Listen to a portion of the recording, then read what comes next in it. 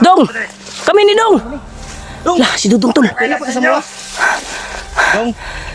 Dong ayo. Dong, ako ni. Ayo dong. Ayo. Si Rimart ni. Nakapuyo ang kasamuha, di ba? Wag ko kaila sa inyo. Wag kila sa mo. Wala. Naunsa naman ka, Dong. Ayo dong ayo. Kita na gubay. Rimay! Atos bay! Dong ayo dong. Ayaw kong pabuta, Dong. Mamasok ko, Dong. Ayo dong. Kakamitin natin yung wandol. Okay.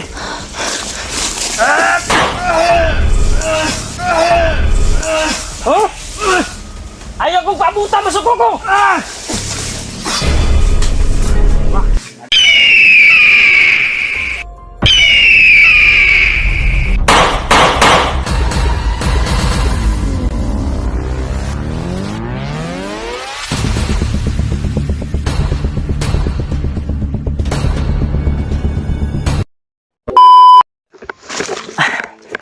Kapitol.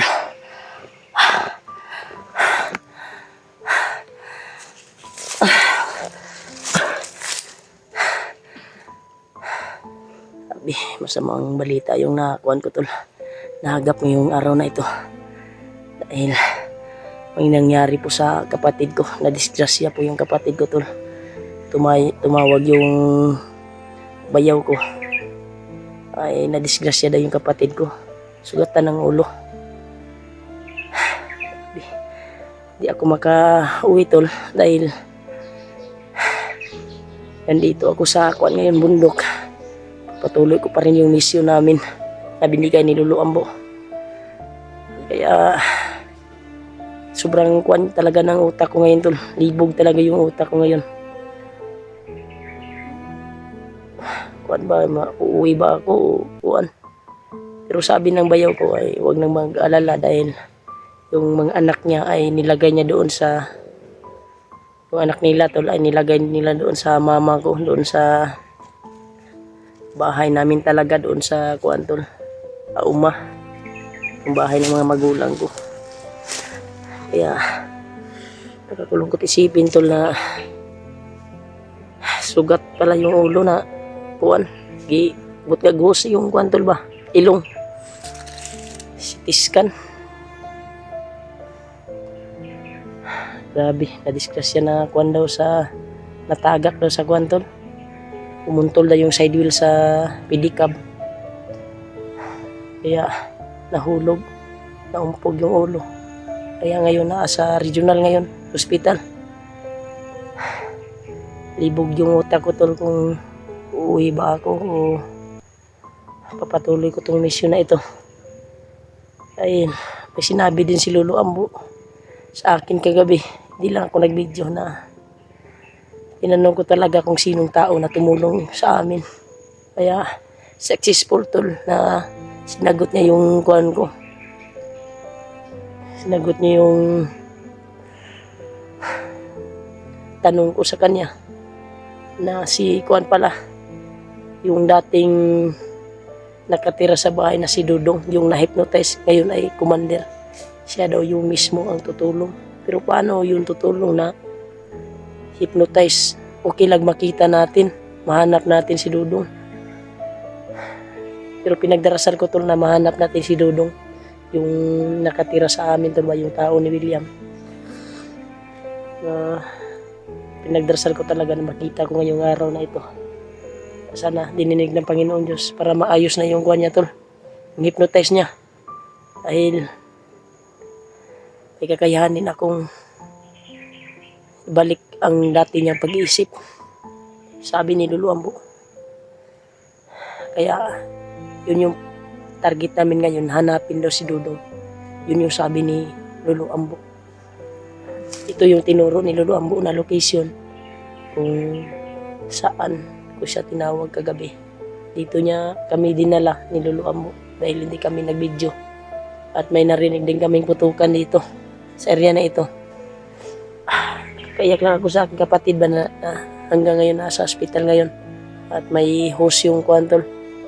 Yung anong tawag niya? NGT? Ay, NGT ba yan?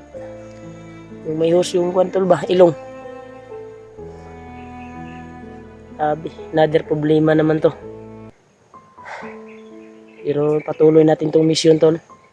Dahil nandun naman yung kuwan niya tol, bana. Yung kuwan niya, partner. Kaya patuloy natin tong mission na ito. Hanapin natin si Dudong para maturo na yung espada kung saan na si Commander Uka na hinahanap ng mga tao ni Bagnot ngayon. Kaya di pa rin ako nag-isa tol, kasama ko pa rin si Julio. Kaya palagi kong sinasabihan si Julio na huwag kang maghiwalay kahit ano mangyari. Dahil critical yung area yung pinasukan natin. Sabi ni Commander Julius dahil naiyak talaga ako tol sa nangyari sa kapatid ko. Pero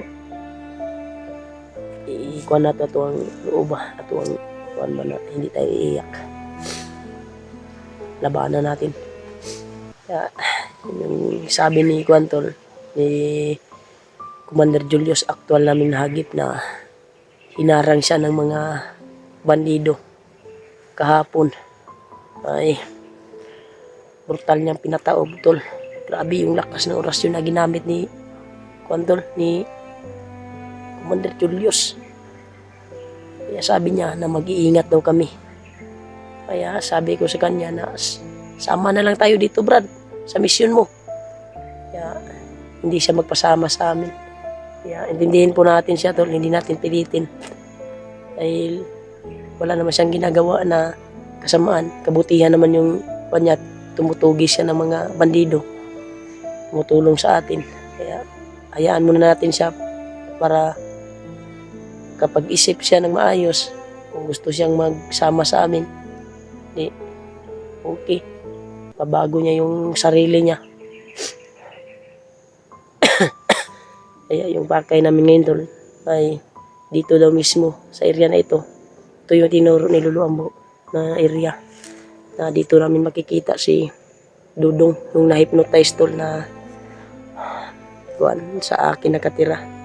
Yung ni Apas tol ba, yung pumunta sa bundok para re-rescue sa akin yung alaga ko. Kuan ni William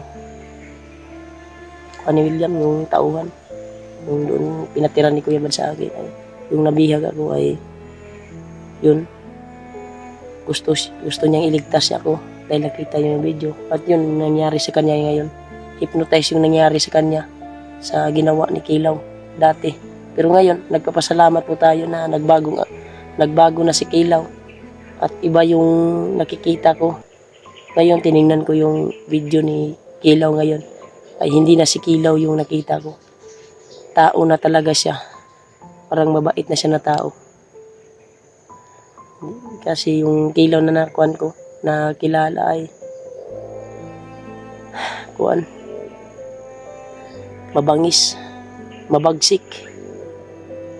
Kaya yung pangalan pala, yung tao, yung Kilaw ngayon na nagblabla-vlog ay Aldwin pala yung totoong pangalan. Nadala pala siya sa kanyang mga agimat, anting-anting at mga pinamana sa kanya. Pero wala siyang matandaan tol dahil hypnotize daw siya. Hypnotize ba? Parang may sumanib sa kanya na kaluluwa na masama. Kaya nagpapasalamat po tayo na success po na nabago. Anyo na siya ngayon, tao na siya at nagbablog na ngayon. Kaya nagpapasalamat po tayo sa Panginoon Diyos na nabawas-bawasan yung mga commander na mga malalakas dito. Ang yung pakay talaga natin ngayon ay mahanap natin yung espada ni Kilaw dati. Dahil yun yung pakay nila Bagnot na mahanap. Baka anong gawin ni Commander Bagnot ba? Baka lalong lumakas si Commander Bagnot. Baka lahat ng tao dito sa mundo baka gawin niyang bandido kung makukuha ni Bagnot yun. Kaya yun yung purpose natin tol, hanapin natin si Dudong dahil na kay Uka daw yung espada. Kaya yung pakay namin. Kaya dito yung tinuro ni Lolo Ambo na location kagabi. Dahil hindi ako nag-video kagabi habang nakausap ko si Lolo Ambo. Dahil gusto ko talagang itanong kung sinong tao na gustong tutulong sa amin. Yung sabi niya ay yung alaga ko na na-hypnotize talaga. Kaya ito yung tinuro ni Lolo Ambo. Dito namin siya makikita. Tuloy tayo, Brad. Brad. Ito yung tinuro ni Lolo Ambo, Brad, na location na dito natin makikita si Dudong. Dito natin. Kuha natin yung espada, Brad. Oo nga. Ayun ito rin itong Brad.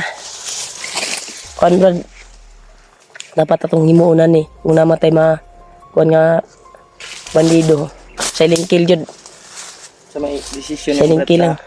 yung isuon na nag-discuss yan day. Gani, discuss siya gani. Ilang Brad, ampun nato sa Ginoo na maligtas siya gani. Di tayo basta-basta makalabas dito ngayon. Dahil malayo na tayo, no? Sana may taong tumulong sa kanya ba na pang kuhan doon. Gastusin sa Tusin sa hospital ba? Nakakalungkot si Sabi.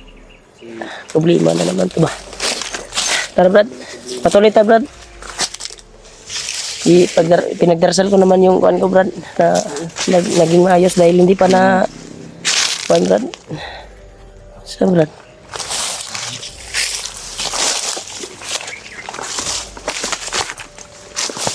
malayo-layo na yung Pahinga pa kayo dyan sa blue.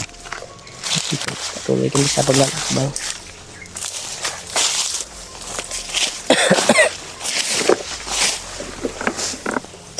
Brad, ay kumpiyansa ni Iriya Brad kay katong atong girelaxan gay na nabay ni Agi nga bandido. Daanan to ng mga bandido. Ha? Yung mga kwalito ko.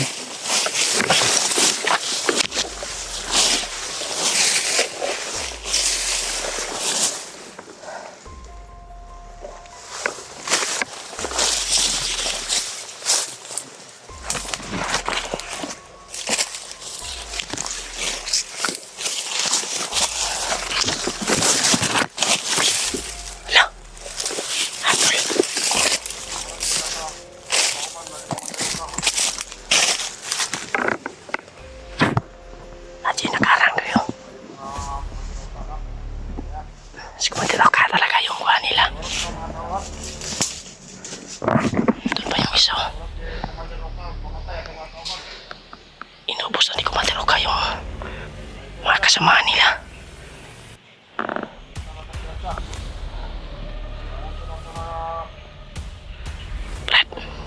Brad. Tuyo ka itong isa, Brad. Huwag kang mapaputok kapag marami sila dito. Tatapusin natin ito, tol. Wala tayong masasayang yung oras.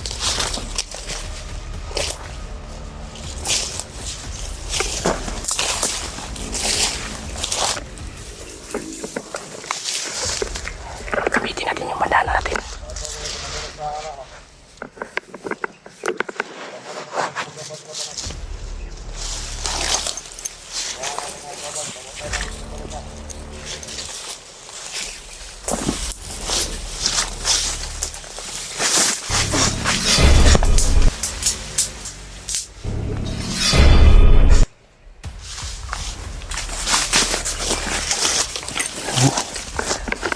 Dapat sa inyo tinira ni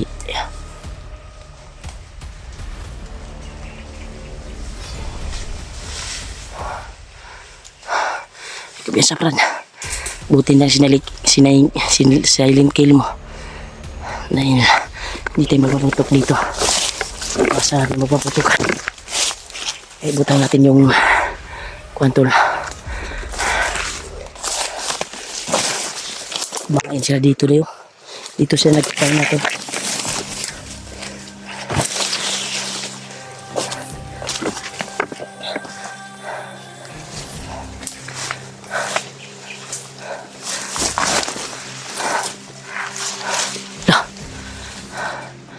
Brad. Day, Brad.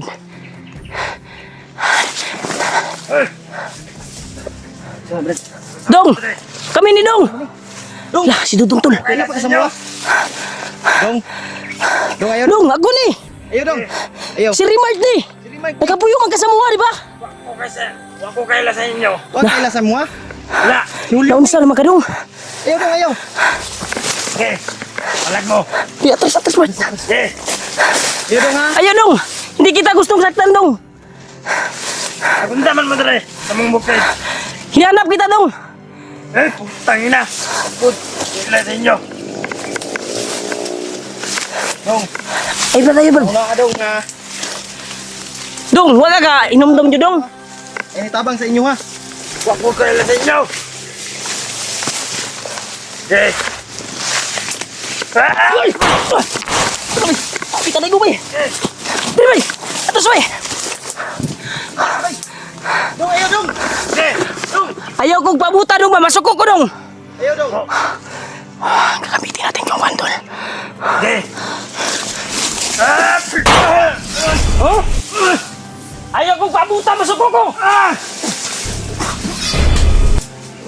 Daga na. Daga na. Lagan, ayaw pa na bay. Patay bay, patay. Muna na ikuan, pagkakataon na maayo na siya. Asa to? Daga sa unahan. Tumakbutol. Yun. Yun, pumasok siya, pumasok. Yun. Ayaw. Paniti sa paniti. Una, sakitan ang iyong ulo. Kita.